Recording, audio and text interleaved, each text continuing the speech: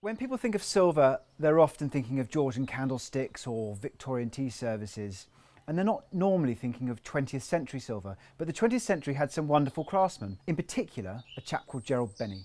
And in our next sale on the 7th of July, we're very fortunate to have a number of items made by Gerald Benney.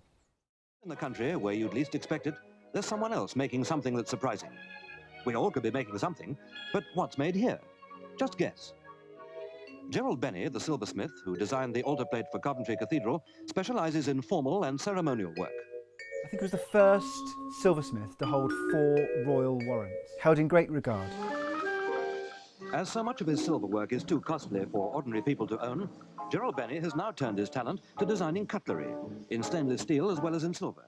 Now, Gerald Benney is synonymous with 1960s and 1970s silver. He had this sort of interest in sort of pre-war modernism, and it comes out in his designs of the 1960s and 70s. Just drink in the elegance of this young artist's tableware. Not many people need a mace at the best of times, so the market is strictly limited. But everyone needs a knife and fork, and who would sneeze at a silver peppermill?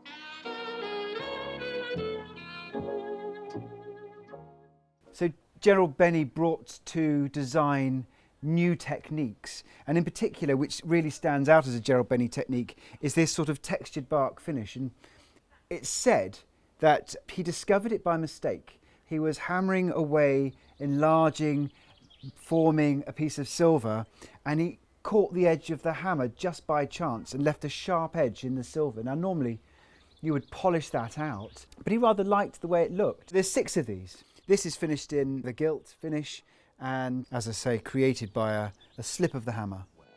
Now if you can imagine in 1968 when these were made, the family sitting around the table toasting each other, drinking from these lovely goblets.